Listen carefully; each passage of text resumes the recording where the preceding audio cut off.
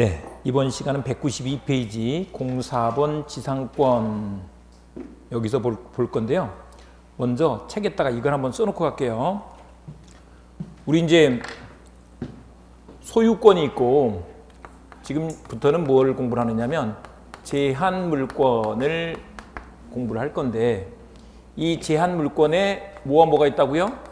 용익물권과 담보물권이 있는데 용익물권으로 지상권, 지역권, 전세권 요거를 공부할 거고 담보물권으로 유치권과 저당권 이렇게 공부할 거다.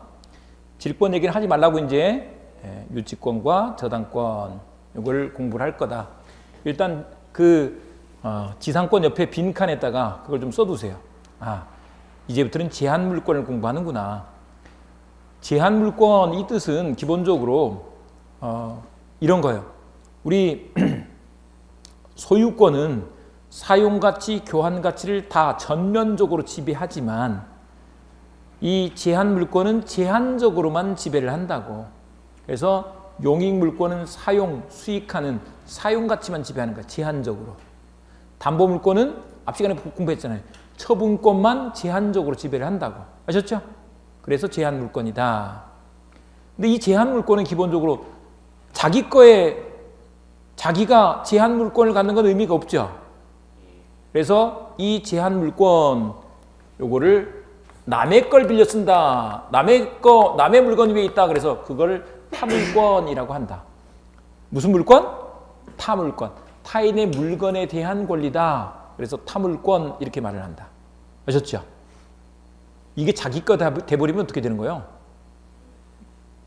우리가 공부했어. 지난주에. 그러면 두 개의 권리가 소유권과 제한물권이 섞였죠.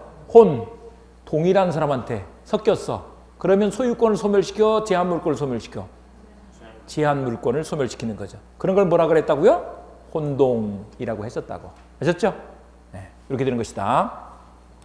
그 중에 이제 지상권 이걸 공부를 하는데 이거 한번 봐보자고요. 이제 이거 들어가기 전에 우리 용익물권 말고 주로 남의 땅이나 건물을 빌렸을 때 지상권, 전세권 이런 걸 많이 들어봤어요? 임대차 계약을 많이 들어봤어요? 임대차 계약에 의해서 생기는 권리가 임차권이야. 근데 우리 물권은 절대권이고 채권은 상대권이다 그랬죠? 그러면 절대권이 힘이 셀까요? 상대권이 힘이 셀까요? 절대권이 힘이 세죠? 그러면 남한테 어떤 권리를 줄 때 힘 센 걸 주고 싶어? 약한 걸 주고 싶어? 약한 거 주고 싶죠? 그렇지. 걔가 센 걸 갖고 있으면 나한테 기어오를 거 아니야. 그렇죠? 실제로 그렇다니까? 기어오른단 말이에요.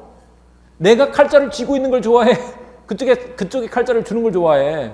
내가 쥐고 있는 걸 좋아하잖아요. 그러니까 대부분 임대차 계약을 맺죠. 그러면 시험에서 봐보면 이게 중요할까? 이게 더 중요할까? 용익물권이 중요할까? 임차권이 중요할까? 시험 문제가 뭘 많이 쓰냐고. 임대차 계약을 많이 맺냐고? 지상권 설정 계약을 많이 맺냐고?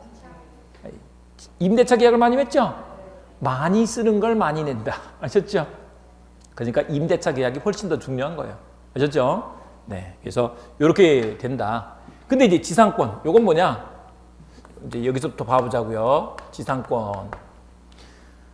지상권 이런 건 뭐 하는 권리일 것 같아요? 그냥 읽으면 돼. 그렇죠. 땅 위에 뭐 하는 권리네. 그렇죠. 땅 위에 뭐 하는 권리. 요런 거요. 예를 들면 갑소유 토지가 있어. 이게 땅이잖아요. 갑소유 토지에 을이 건물, 기타, 공작물이나 이거 나무, 수목, 건물, 기타, 공작물이나 수목을 소유하기 위해서 건물, 기타, 공작물이나 수목을 소유하기 위해서 남의 땅을 빌려 쓰는 권리, 토지 사용권. 아셨죠? 사용하는 권리니까 이게 무슨 물권이야? 용익물권이 되는 거지. 아셨죠? 그래서 을이란 사람이 남의 땅을 빌려서 그 위에 어떤 거? 건물 기타 공작물이나 수목을 소유하기 위한 권리. 어떤 게 지상권으로 있을까요? 남의 땅 빌려서 집 짓기 쉬워요? 어려워요? 빌려줘? 안 빌려줘? 대부분 안 빌려주지. 누가 빌려줘? 근데 사실 지상권 억지로 찾자면 있어. 공작물이 뭐죠? 참고로 공작물이? 공작물. 예. 공작물은 그냥 보자면 우리 초등학교 때 공작 시간이 있었죠? 공작은 뭐 하는 거예요? 그렇죠. 공작물은 만든 거야. 아셨죠? 뭐라고? 만들었는데 사람이 만들어? 개미가 만들어? 사람이 만든 거죠. 사람이 만든 거 이걸 공작물이라고 한다. 책에 이렇게 써놨다. 인공적 작업에 의하여 만들어진 물건.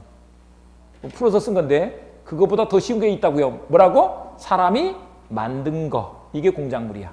근데 사람이 만든 거로 뭐가 있을까요? 우리 고속도로 가다 보면 거기에 그 간판들 막 서 있죠. 광고판들. 거기 보니까 무슨 기업체 광고도 있고 또 어떤 자치단체들.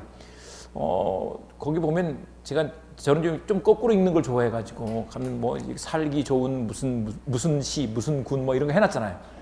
세계에서 또 제일 행복한 도시 이런 것들 써놨대. 정말로 그래?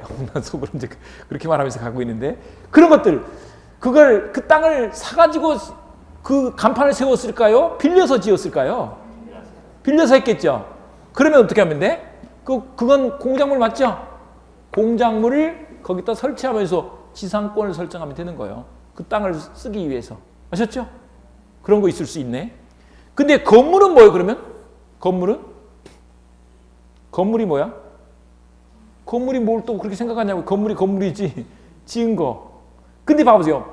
대표적으로 보면 건물은 그러면 공작물이 아니에요?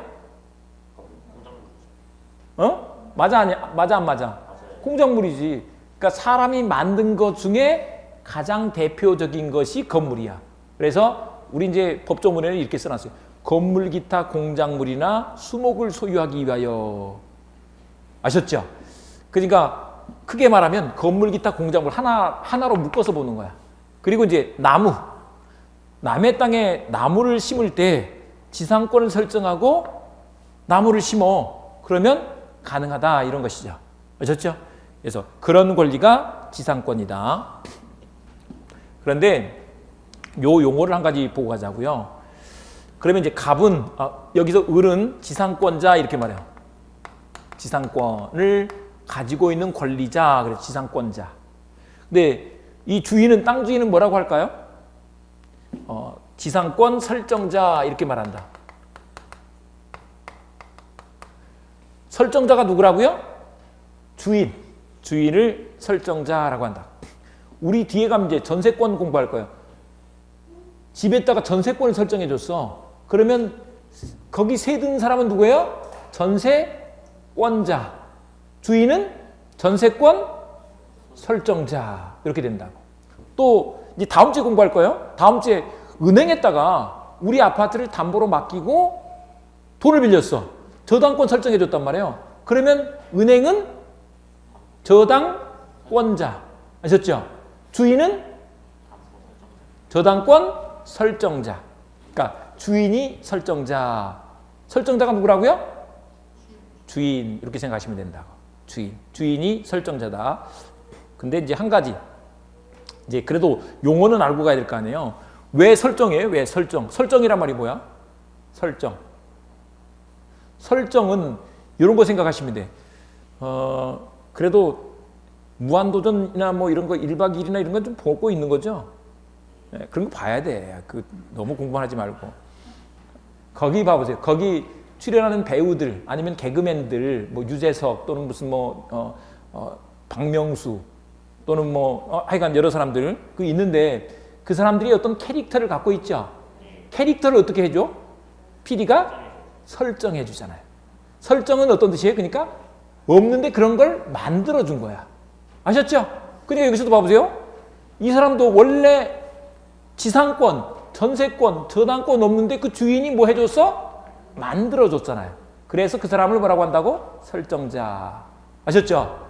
용어가 그런 것이다. 근데 이제 요거는 기본 뜻으로 그렇게 알고 어떻게 하시면 되느냐? 설정자는 주인 이렇게 알아두시면 돼요.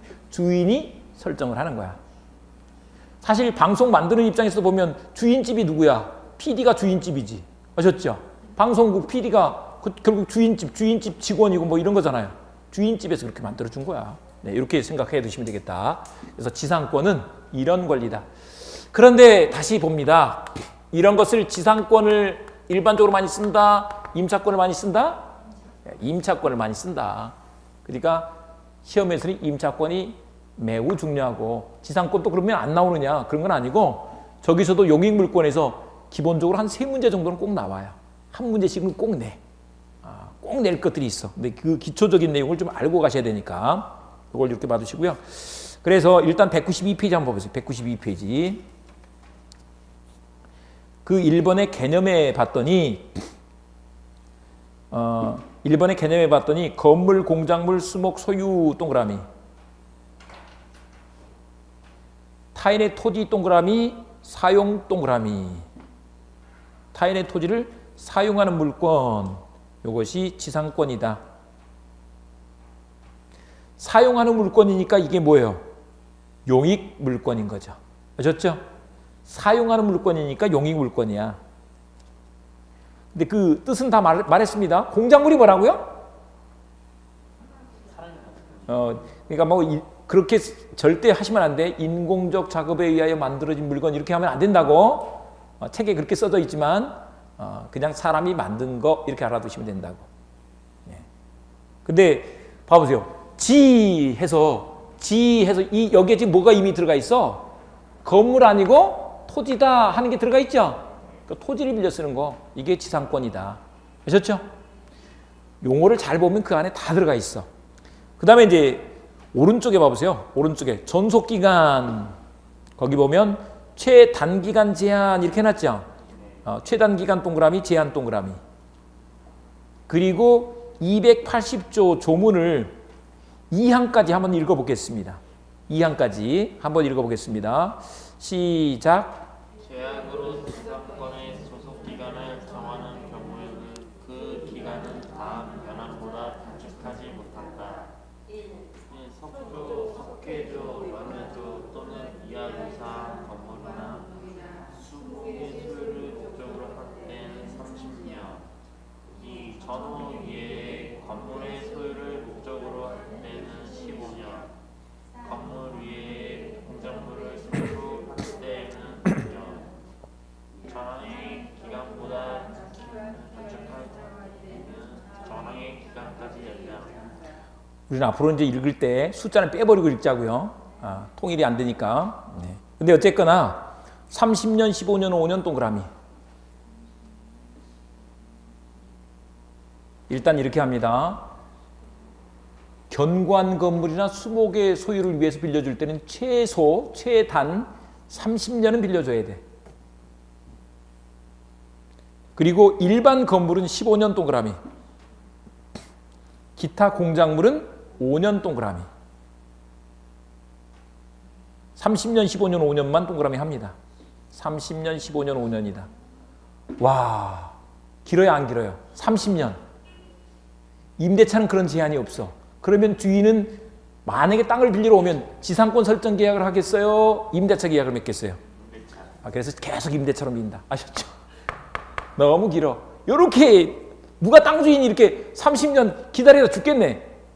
내가 주인이 빌려주고 나서 30년 동안 빌려주고 나서 혹시 요즘 100세 시대니까 살 수도 있지만 가다가 사고 나면 죽는 거 아니에요? 돌려받지 못하고 죽겠네 이거. 네. 그래서 그런 문제가 있다는 것이고요. 그 다음에 이제 요거까지 받으시고 맨 밑에 가시면 4번에 지상물 매수용권 여기 제목에다 동그라미 쳐두고 가겠습니다. 지상물 매수용권 이제 이런 게 있어요. 제목에 봤더니 지상물 매수청권 이렇게 해놨네요. 그 말이 뭔 말일까요? 지상물 팔아라가 아니라 매수니까 사는 거죠. 네가 사라 이거다. 지상물 이 건물 네가 사라 청구권이죠. 아셨죠? 네가 사라 그러면 지상권자가 네가 사라 그럴까요? 설정자가 네가 사라 그럴까요? 지상권자가 그러는 거죠. 야, 네가 사 하는 게 지상권 매수권이다. 아셨죠? 근데 이제 이럴 때 문제가 돼요.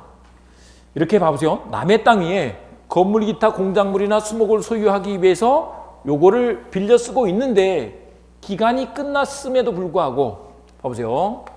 존속 기간이 만료했어. 우리 석조 건물 30년 지난다고 걔가 무너지겠어, 안 무너지겠어요? 안 무너지죠. 끄떡없이 있어. 근데 그러니까 한마디로 존속 기간이 만료해서 소멸 했는데 지상물이 그대로 현존하고 있어, 이런 거예요. 그럴 때 지상권자는 어떻게 할 수 있느냐? 지상권자, 이 사람은 먼저 갱신 청구를 할 수가 있다는 거예요. 갱신 청구. 갱신은 설명할 필요 없죠. 더 갱신해달라고. 야, 더 빌려줘. 이렇게 청구를 하는 거예요. 그런데 여기서 보세요. 지상권 설정자, 주인이 거기에 대해서 승낙을 하면 뭐가 돼요? 갱신이 되겠지. 근데 주인이 원하지 않아. 거절을 해버렸어. 이렇게 돼요. 그러면 지상권자한테 요거 네가 사라. 이렇게 할 수 있다는 것이다.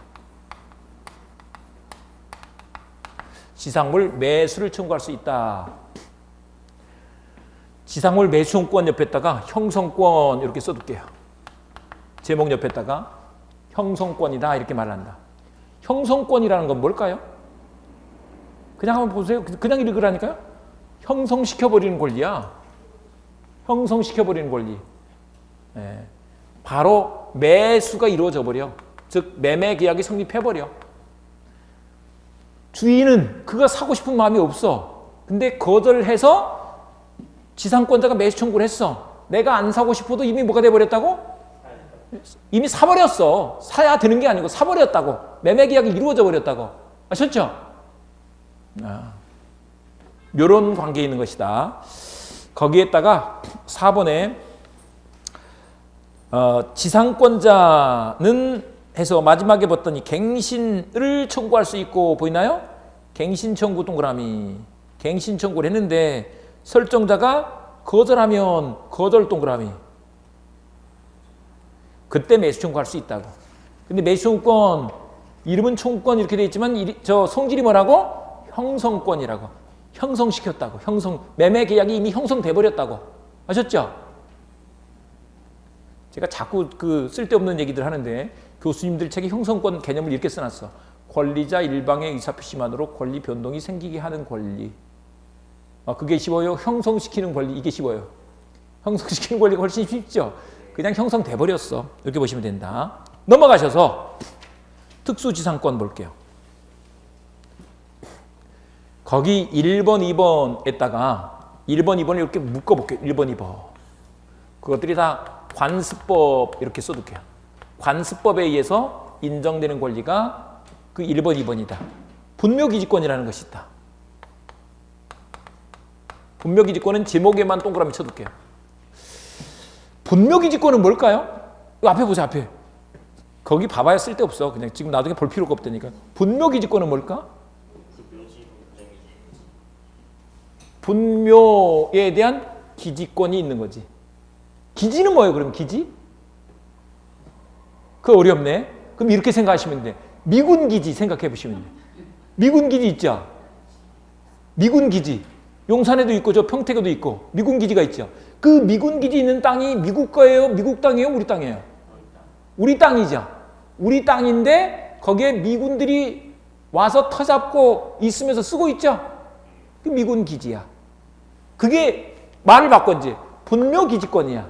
그 땅이 이제 이렇게 생각해 보자고요. 그게 우리 선산이 아니고 할아버지 좀 뭐 하면 증조 할아버지, 고조 할아버지 생각해 보자고요. 증조 할아버지, 고조 할아버지 묘가 남의 땅에 있어. 남의 임야에 있단 말이에요. 그 땅이 우리 땅이 아니에요. 우리 땅 아니죠. 근데 그 분묘가 있기 위해서 그 땅을 쓸 수 있는 권리. 그걸 뭐라고 한다고? 분묘기지권이라고 한다고. 아셨죠? 근데 그게 이제 일반적으로 이렇게 생각하시면 돼요. 20년 넘었어. 돌아가셔서 그 묘 쏘는 지가. 그러면 분묘기지권을 시효취득하는 것으로 인정을 해줘 버려. 아셨죠? 그러니까 할아버지 묘 지금 20년 넘게 있어. 그러면 그 임야 주인도 마음대로 어쩔 수 없는 권리. 이게 분묘기지권이야. 그래서 이제 그 후손들이 성묘하고 또 뭐 이렇게 뭐죠? 우리 관리할 수 있는 권리를 인정해 주는 거. 이런 걸 분묘기지권이다. 근데 그게 뭐에 의해서 인정돼? 관습법에 의해서 인정이 되고 있다고. 근데 이거 한번 생각해 보자고. 왜 분묘기지권이 여기에 들어와 있을까요? 거기 보세요. 땅에 있는 거잖아요. 땅 위에 묘가 있죠. 근데 그 분묘는 수목이에요? 건물이에요? 공작물이에요? 공작물이지. 아니 생각해 보세요. 묘 봐보세요. 묘는 사람이 만들었어요? 개미가 만들었어요? 아까 공작물 뭐라 그랬어요? 사람이 만든 게 공작물이라고 그랬죠? 분묘가 사람 맞네. 사람이 만든 거 맞네. 맞죠? 예. 그러니까 공작물의 일종이네. 그래서 분묘기지권이라는 걸 인정해 준다. 이런 얘기예요. 그 다음에 이제 관습법상 법정지상권이 있는데 일단 법정지상권이라는 걸 한번 봐보자고요. 법정지상권이라는 게 있는데 우리 이제 생각해 보자요. 아까 말씀드린 것처럼 물권의 변동을 위해서 권리 변동이 있기 위해서 그 원인으로 법률 행위와 뭐가 있다고요? 법률 규정이 있다고 그랬죠? 근데 우리 지상권 설정 계약으로 만약에 지상권을 취득한다 그러면 어떻게 해야 될까요? 지상권 설정 계약이 있으면 그건 법률 행위야, 법률 규정이야? 법률 행위죠. 그러니까 다 뭐가 있어야 돼? 등기가 있어야 되는 거야. 맞죠? 있어야 돼? 없어도 돼? 그럼 또 이거 생각해 보자고요. 저당권을 설정했어. 은행에서 돈을 빌리면서 저당권을 설정해 줬단 말이에요. 계약으로 해요? 그냥 법률 규정에 의해서 저당권 설정하는 거예요? 계약으로 하면 계약을 맺는 거지. 우리 돈 빌리는데 야 저당권 설정해 주기로 하고 하는 거잖아요. 계약이죠? 그러면 은행이 저당권을 가지려면 뭐 해야 돼? 등기가 있어야 되죠. 전세권도 마찬가지야. 계약으로 한단 말이에요. 그럼 뭐가 있어야 돼? 등기가 있어야 돼. 소유권에서만 그런 게 아니고 제한 물권에서도 마찬가지로 그렇게 되는 거예요. 근데 이제 보세요. 법정 요 말은 뭐냐면 그 법정 밑에다가 법률 규정 이렇게 써보세요. 법률 규정 중에서 우리 이렇게도 해요. 법률이라고도 하고 규정이라고도 하고 법규라고도 하고 법규 이렇게도 하죠. 법규라고도 하고. 근데 여기서는 지금 어떻게 한 거라고? 법정 이렇게 한 거죠.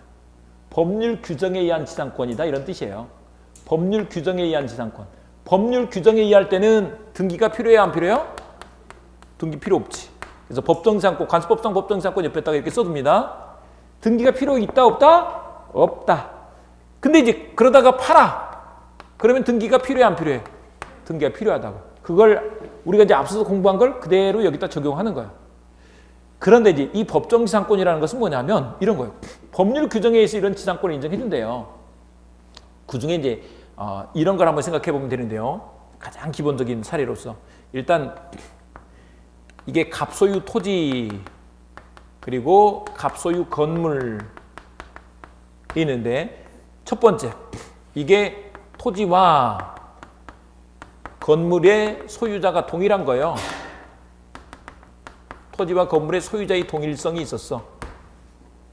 그러다가 두 번째 이제 이게 만약에 경매뿐만 아니라 다른 원인으로 경매 등의 어떤 원인에 의해서 토지와 건물의 소유자가 달라지는 거예요. 예를 들면 이제 이런 거죠. 그냥 이렇게 봐보자고요. 토지 소유자는 A, 건물 소유자는 B 이렇게 됐다고 보자고요. 남의 땅 위에 건물을 그냥 가지고 있으면 돼야 안 돼요? 안 되죠. 그러면 불법 건물이 돼버린다니까? 그러면 어떻게 돼버려? 이 사람이 건물 철거 청구하겠죠? 근데 이런 경우는 지금 뭔가 대책이 없었어. 그래서 건물 철거되면 안 되겠으니까 건물 철거되지 않도록 하기 위해서 B한테 뭘 인정해 주느냐? 아예 법률 규정에 의해서 지상권을 인정해 줘버려. 이런 것을 뭐라고 한다? 법정지상권이라고 한다. 아셨죠? 이렇게 알아두시면 됩니다. 요거는 뭐 매년 시험 문제로 나오는 문제지만 지금 공부하기 매우 어려워. 그러니까 이렇게 한다더라. 그런데 이제 그 중에서 지금 우리가 여기서 보는 건 뭐냐면 관습법상 법정지상권인데 법정지상권은 이제 우리가 세 가지를 공부할 거예요. 그 중에서 관습법상 법정지상권을 공부한다. 한번 잠깐 들어보면 이런 거예요. 관습법에 의한 법정지상권은 이런 경우에 인정이 되는데요. 이렇게 한번 봐보자고요. 원래 이게 갑소유 토지, 갑소유 건물이에요. 그래서 토지와 건물이 같은 소유자의 소유에 있는데 이런 경우 한번 봐보자고. 예를 들면 토지를 매매로 이렇게 팔았어. 그래서 을한테 소유권 이전등기를 해주면 을이 소유자가 됐죠. 그러면 이 땅은 누구 거야? 을 거야. 근데 건물은 같이 판 건 아니니까 이 갑소유 건물로 남아 있는 거죠. 이렇게 되면 봐보세요. 을이 갑한테 뭐라고 하겠어요? 건물 철거 청구하겠죠. 그런데 이렇게 매매를 하면서 건물 철거 특약을 안 했어.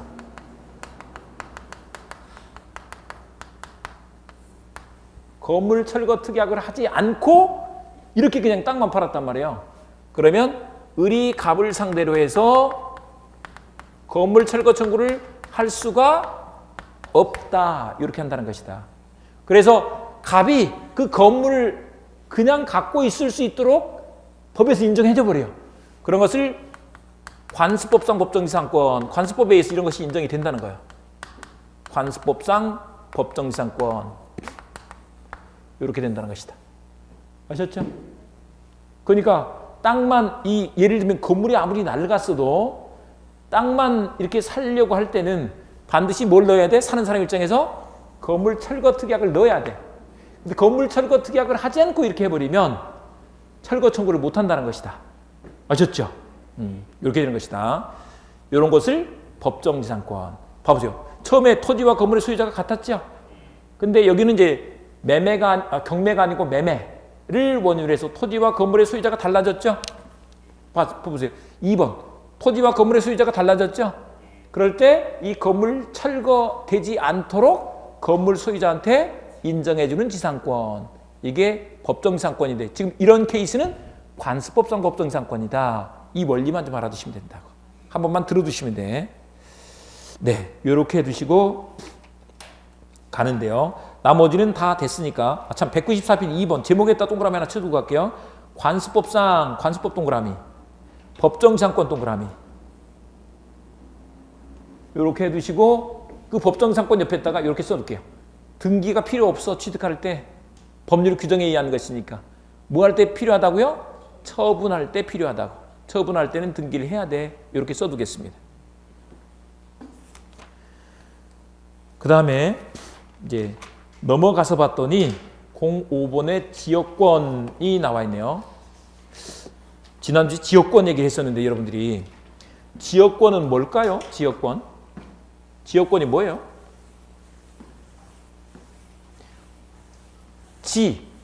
그러면 이건 땅에 대한 권리일까요? 건물에 대한 권리일까요? 땅이죠. 아, 진짜 천재셔. 토지 맞죠? 근데 역은 뭘까요? 역. 예? 그런 거야. 예. 예. 역은 역무, 서비스의 개념이야.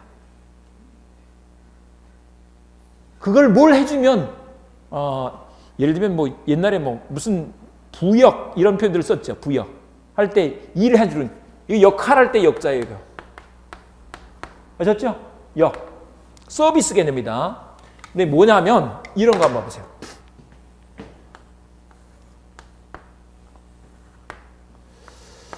여기 갑소유 토지가 있고 을소유 토지가 있는데 여기에 공로가 여기 있다는 거예요. 근데 나갈 방법이 없네. 아니면 길은 있어도 너무 복잡하네. 그래서 을한테 계약을 맺었어. 계약을 맺고 야, 네 땅 여기 좀 밟고 다니자. 이렇게 약정을 했다는 거예요.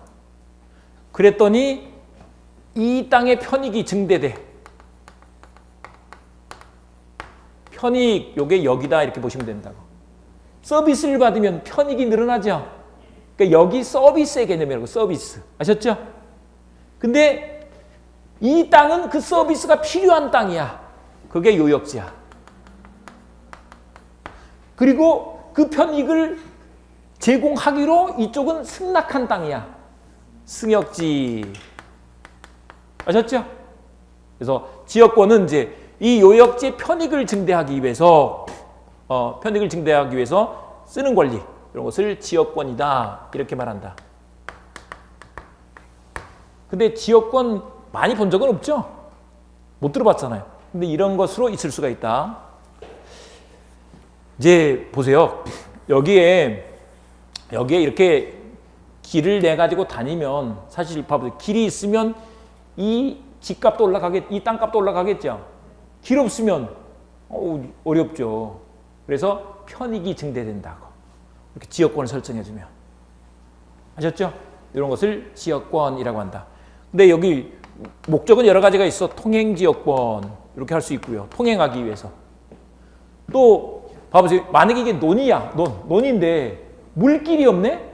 그래서 우리 관정을 이렇게 해가지고 여기다 좀 물길을 좀 내서 쓰자고 할 수 있겠어요? 없겠어요? 근데 그 남의 땅 그냥 지나가면 안 되죠? 네. 그런 걸 냈어. 그러면 인수지역권. 물을 끌어들이기 위한 거. 인수. 아셨죠? 이런 것도 있을 수 있어요. 예를 들면 여기가 땅이고 이제 여기 또 앞집이 있는데 이쪽에 예를 들면 한강이 있어. 근데 여기 높이 올리면 우리 집이 꽉 막혀가지고 한강이 하나도 안 보이죠. 한강이 보이는 집값과 안 보이는 집값 차이가 있겠죠. 그래서 이 사람하고 계약을 맺는 거야. 너는 3층 이상 올리지 마. 3층 그렇게 계약을 맺는 거예요. 그러면서 이제 어느 정도 돈을 주는 거죠. 나는 뭐 4층까지 지을 수 있도록 하고, 그렇게 계약을 맺어서 그렇게 해두면 한강을 조망할 수 있겠죠. 조망지역권 이런 것들이 가능하다는 것이다. 그러나 자주 만나기는 어려워. 그래서 이게 지역권이 아주 어려운 건 없는데 내용이 얼마 안 되거든요. 내용이 얼마 안 되는데 매년 한 문제씩은 꼭 낸다 그래도. 제목으로 권자가 하나 붙어 있으니까. 그래서 그리 어렵지 않게 이런 것들을 공부하실 수 있다. 이렇게 봐두시고요. 그래서 보시면 196페이지 개념에서 1번 요역지 동그라미, 편익 동그라미, 승역지 동그라미 이런 것을 지역권, 그러니까 요역지 편익을 위해서 승역지를 이용할 수 있는 권리가 지역권이다. 뭐 거기는 이제 여러 가지 뭐 진입로 뭐 이렇게 얘기해놨지만 그러면 결국 통행지역권이 되겠죠. 네, 이렇게 되는 것이다.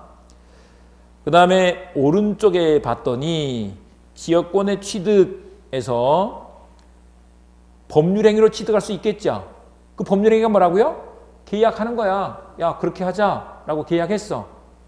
그러면 뭐가 필요하다고요? 등기가 필요하다고. 이걸 동그라미 칠하는 게 아니야 지금. 앞에서 우리 다 공부한 거야. 똑같은 원리야. 아셨죠? 네. 그리고 이제 2번에 시효취득 여기다 동그라미 치겠습니다. 시효취득. 그것도 시효취득을 할 수가 있대. 이런 뜻인 거예요. 여기다가 계속 동그라미, 표현 동그라미. 계속되고 표현된 지역권은 시효취득할 수 있다. 이렇게 말한다.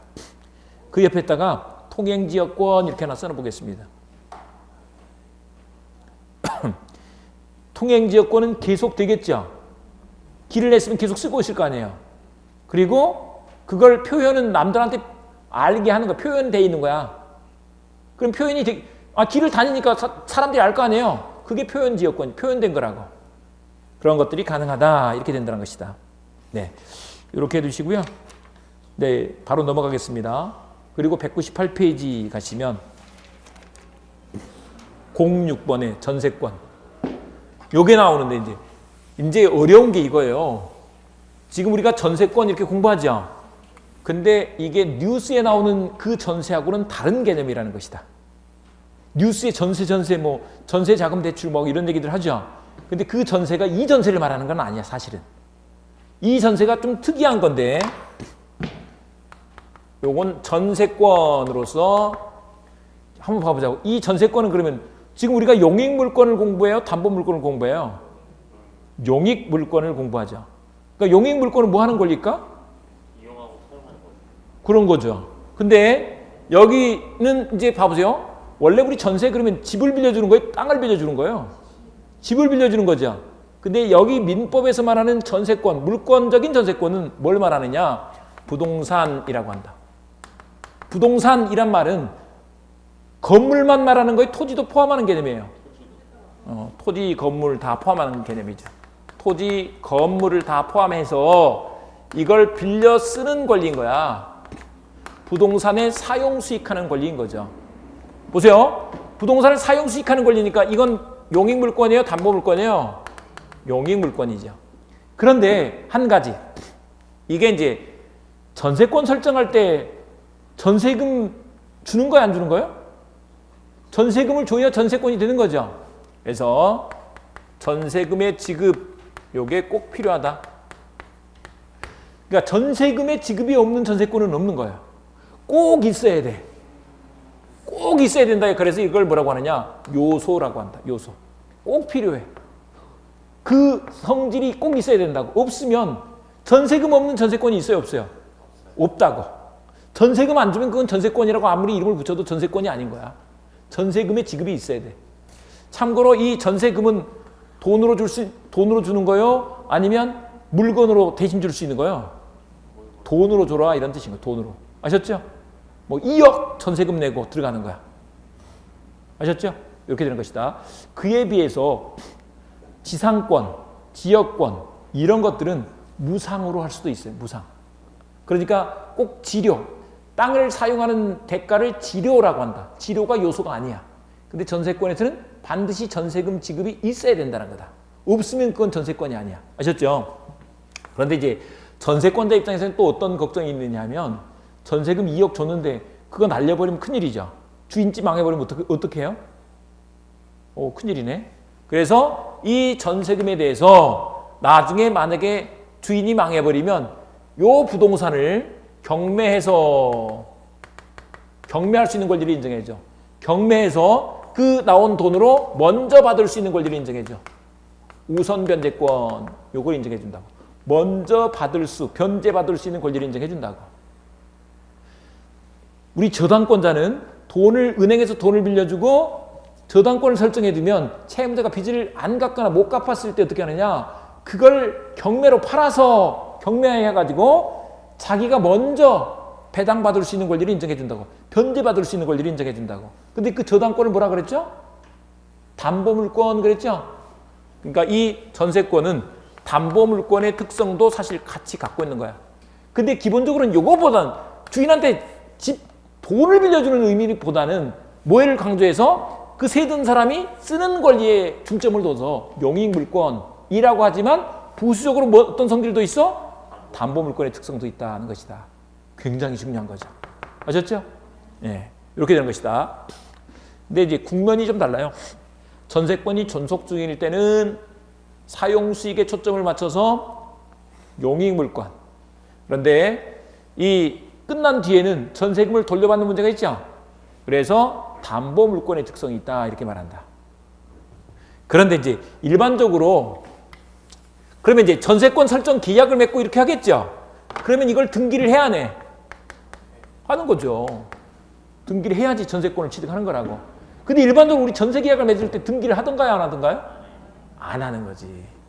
그래서 그런 전세를 뭐라고 하느냐? 채권적 전세라고 한다. 요거는 성질이 임대차. 채권적 전세는 성질이 뭐라고요? 임대차라고. 보통 집을 빌려주죠. 그래서 이때는 어떻게 하느냐? 이 전세권에 관한 규정을 적용하는 것이 아니고 주택임대차보호법 이 적용되는 것으로 이렇게 한다. 그래서 요 문제로 가버리지 우리가 일반적으로 알고 있는 전세는 이 문제인 거지 요 전세권이 아니라고요. 대부분 등기가 안 돼 있기 때문에. 아셨죠? 이게 되는 것이다. 두 개 차이점 한번 생각해 보자고요. 그러면 요거는 물권이니까 등기돼 있는데 요거는 지금 등기 안 돼 있다는 거죠. 이렇게 한번 봐볼까요?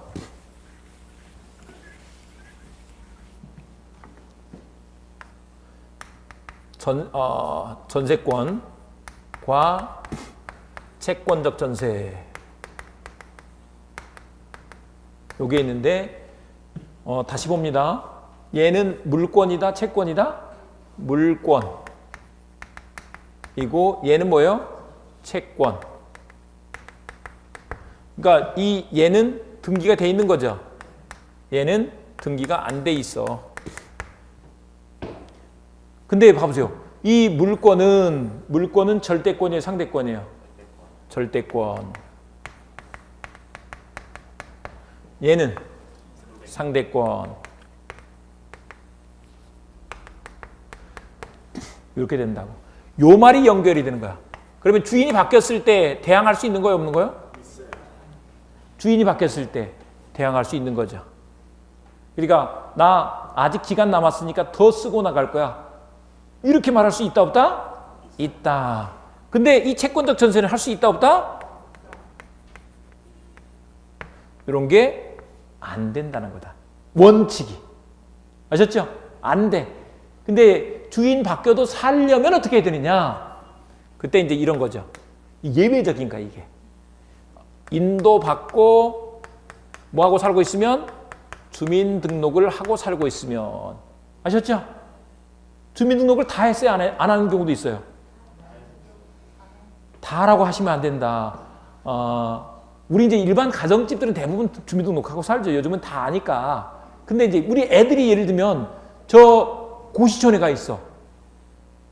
뭐 거기 한 뭐 1,000만 원짜리 보증금 내고 1,000만 원 보증금 내고 거기 가서 원룸 얻어서 그것도 전세는 전세 맞잖아요. 또는 뭐 그 세도 뭐 50만 원씩 주면서 이렇게 살고 있단 말이에요. 근데 그 집주인이 망했을 때, 그래서 주인이 바뀌었을 때 새로운 주인한테 주장하려면 뭐가 있어야 돼? 주민등록하고 살고 있어야지. 근데 애들 주민등록 안 하는 애들도 있죠. 그럼 대항력이 있어 없어? 요게 기본 원칙이라고. 근데 이건 등기가 돼 있는 전세권은 당연히 있는 거죠. 그래서 이제 봐보면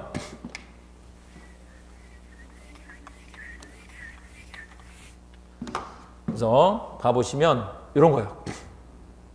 이게 갑이 주인을 뭐라고 한다고요? 주인을 설정자, 전세권 설정자. 그리고 을이 전세권자. 전세권은 물권이에요. 그런데 이 X에 관한 전세권을 이렇게 설정을 했는데 X가 양도되거나 경매가 됐어. 병이 양수인 새로운 소유자예요.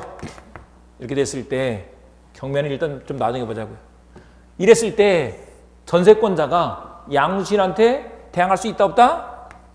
대항할 수 있다는 것이다.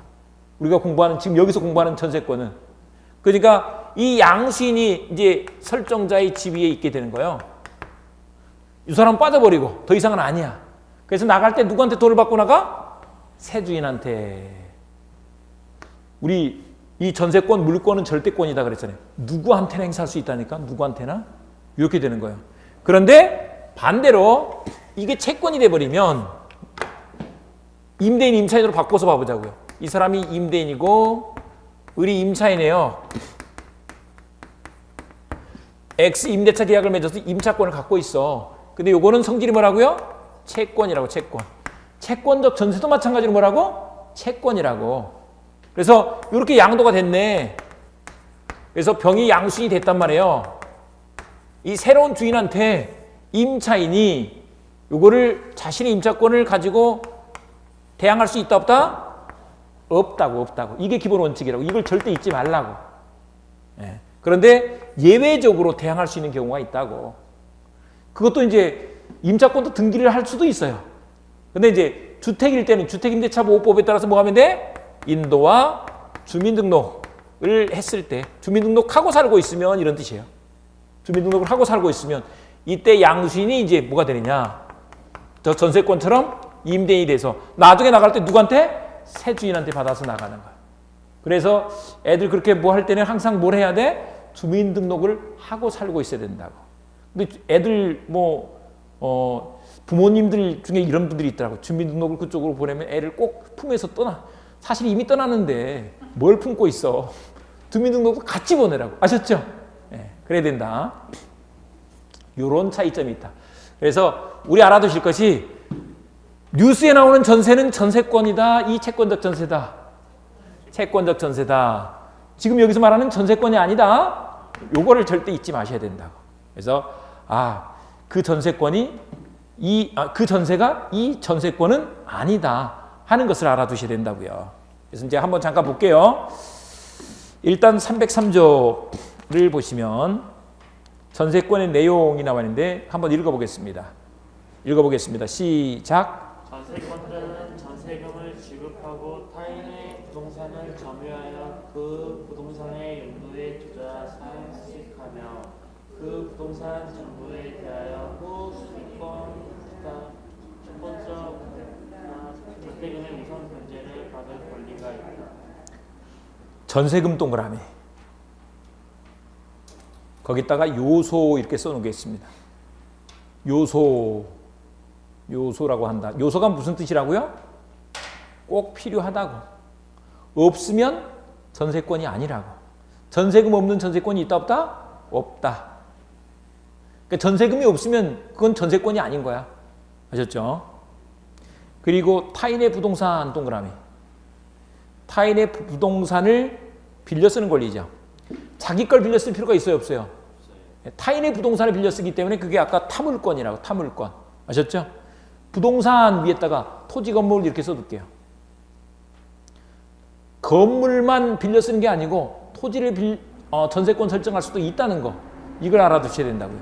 우리 일반적인 전세에서는 건물 빌려주잖아요. 근데 그게 아니라 토지 빌려주는 것도 전세권이 될 수 있구나. 이걸 알아두셔야 된다고요.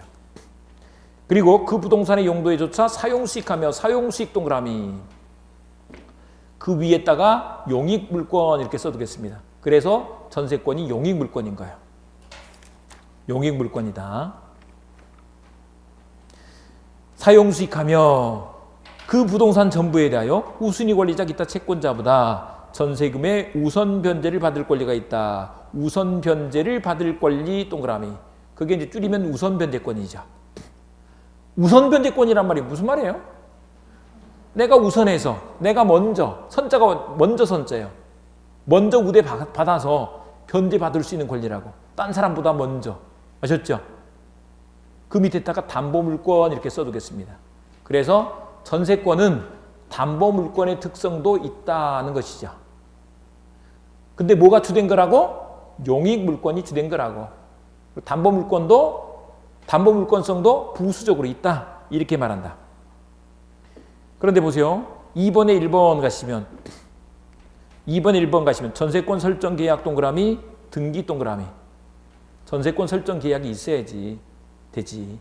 근데 이거는 등기까지 있어야 되겠죠. 그러니까 등기까지 있는 전세권을 지금 여기서 공부하고 있는 거라고.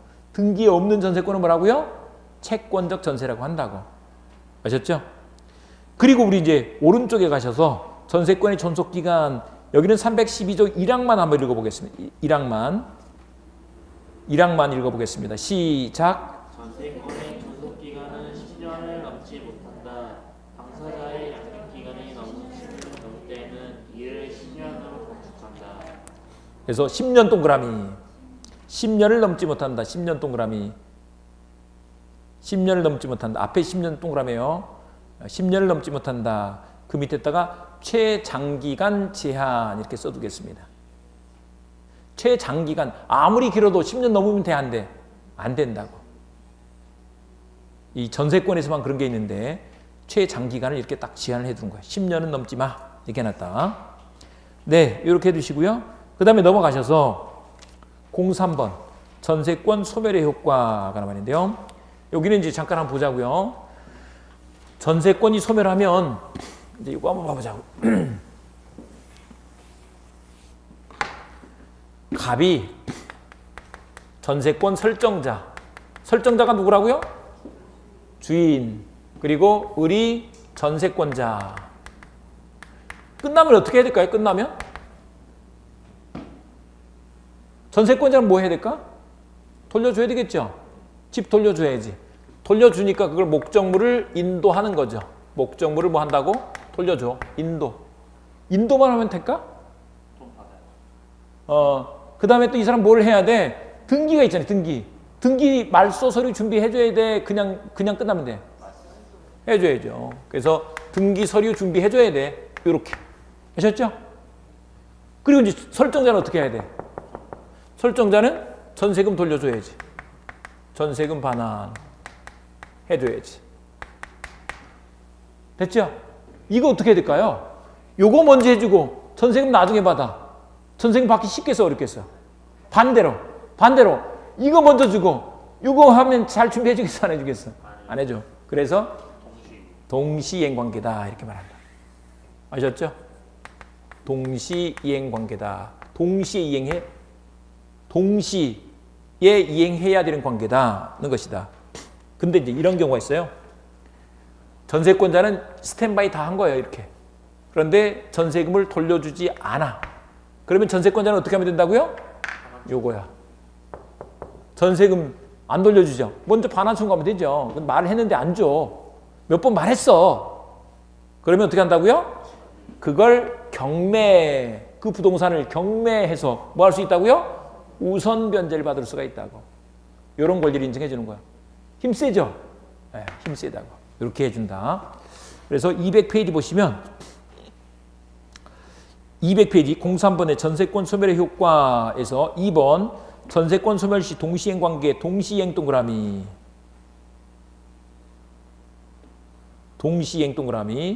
설정자의 전세금 반환 의무 전세금 반환 동그라미 설정자는 전세금을 반환해요.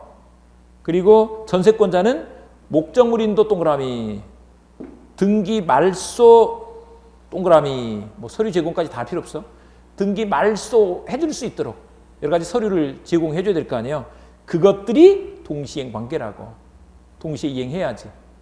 우리 이제 임대차에 가서는요. 임대차에서는 등기 말소할 건 없죠. 그러니까 집을 돌려주고 보증금을 반환해. 그거 어떻게 해야 돼? 동시이행 관계라고. 아셨죠? 똑같은 원리다. 3번 경매권 동그라미 그리고 마지막에 우선 변제권 동그라미. 그래서 그걸 안 주면 경매해서 우선 변제 받을 수 있는 권리를 인정해줘. 그래서 그런 특성을 뭐라고 한다고요? 담보 물권의 특성이 있다. 아주 힘을 세게 줬지. 물권이니까. 아, 물권이구나. 물권인 게 이런 데서 나타나는 거예요. 아셨죠? 네, 이렇게 하시면 이제 용익 물권까지 공부한 거예요. 유치권은 그러면 이제 뭐가 되는 거예요? 여기서부터 담보 물권이죠. 그래서 담보 물권 여기서부터 다음 주에 또 공부하도록 하겠습니다. 너무 열심히 하는 말자. 감기 걸리시거나 이런 것보다는 감기 걸릴 것 같으면 빨리 그냥 주무셔. 예, 절대 무리하지 마시고. 예, 다음 주에 뵙겠습니다. 수고했습니다.